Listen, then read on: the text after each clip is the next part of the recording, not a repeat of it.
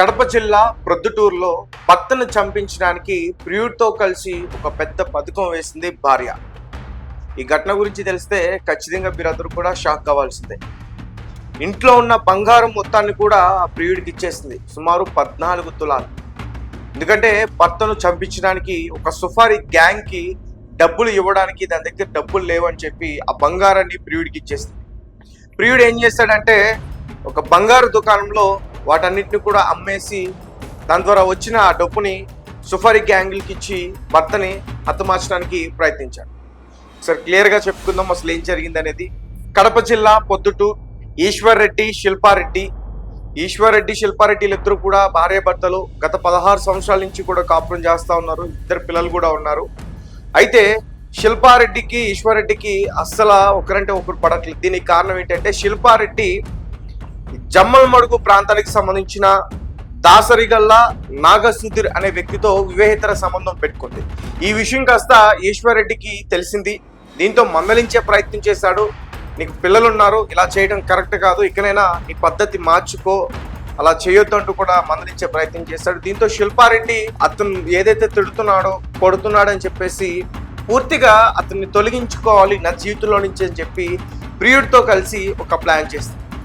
So దీంతో ఎవరైతే ప్రియుడు ఉన్నాడో నాగసుధీర్, అతనికి 14 తులాల బంగారం ఇచ్చి అతనితో రాజాపాలెంకి సంబంధించిన ఆ రౌడీ షీటర్ వినయ్ అనే ఒక పర్సన్ని కలిసి సుమారుగా అతనికి 10 లక్షలు ఇస్తాము, మా భర్తని హతమారుస్తూ కూడా మాట్లాడి, దీంతో అతను ఏం చేస్తాడంటే అంటే అతన్ని చంపాలి కాబట్టి ఇంకొక గ్యాంగ్ కావాలని చెప్పి హిందూపురం ముఠాతో వీళ్ళు సుఫారీగా మాట్లాడుకున్నారు.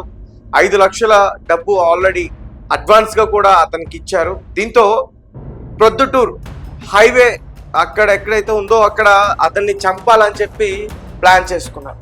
ఒక కారుతో ఢీ కొట్టి అతన్ని చంపేయాలని చెప్పి అనుకున్నారు. సో ప్లాన్ ప్రకారం ఏదైతే శిల్పారెడ్డి ఈశ్వరెడ్డికి సంబంధించిన పూర్తి వివరాలు, అతని కదలికలు, డైలీ ఎక్కడికి వెళ్తున్నాడు, ఇంటి నుంచి ఏ టైంకి బయటకు వెళ్తున్నాడు, మళ్ళీ ఇంటికి ఏ టైంకి వస్తున్నాడు, అతనికి సంబంధించిన కదలికలన్నీ కూడా దాసరిగల్లా నాగసుధీర్ ప్రియుడికి అన్నీ కూడా డైలీ చెప్పేది ఫోన్ ద్వారా. దీంతో ఈ ప్రొద్దుటూరు బైపాస్ రోడ్లో ఇతన్ని హతమార్చాలని ప్లాన్ చేసుకున్నారు ఈ గ్యాంగ్. అలాగే ఈ రౌడీ షీటర్ ఎవరైతే ఉన్నారో వినయ్, సో కారుతో అతన్ని ఢీ కొట్టారు, అతను కింద పడిపోయాడు. తర్వాత అతని కళ్ళల్లో కారం కొట్టి కత్తులు తీసుకుని అతన్ని చంపేయాలని చెప్పి అనుకున్నారు. కానీ అక్కడి నుంచి అతను తప్పించుకుని పారిపోయాడు. సుఫారీ గ్యాంగ్తో వాళ్ళ దగ్గర నుంచి కూడా దాడికి గురయ్యాడు. అవే గాయాలతో తప్పించుకుని పారిపోయాడు. తర్వాత దగ్గరలో ఉన్న పోలీస్ స్టేషన్కి వెళ్ళి ఫిర్యాదు చేశాడు.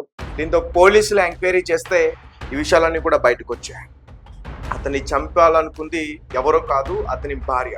దీనికి కారణం ఏంటంటే శిల్పారెడ్డి నాగసుధీర్ అనే వ్యక్తితో వివాహేతర సంబంధం పెట్టుకోవటం, ఆ విషయం కాస్త భర్తకి తెలిసిపోవటం, అతను భార్యను మందలించడం, అది సహించలేని భార్య ఇతన్ని ఎలా అయినా సరే నా జీవితంలో ఉంచకూడదు, ఇతన్ని హతమార్చాలని చెప్పి ప్లాన్ ప్రకారం తన దగ్గర ఉన్న బంగారంతో కూడా ప్రియుడికి ఇచ్చి, ప్రియుడితో సుఫారీ గ్యాంగ్తో మాట్లాడించి అతన్ని చంపాలని చెప్పి ప్రొద్దుటూరు బైపాస్ రోడ్లో ప్లాన్ చేసుకున్నాడు. కానీ అతను తప్పించుకొని వెళ్ళిపోయాడు.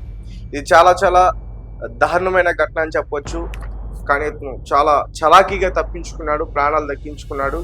ప్రస్తుతం వీళ్ళందరినీ కూడా పోలీసులు అదుపులోకి తీసుకున్నారు, రిమాండ్కి కూడా తరలించారు.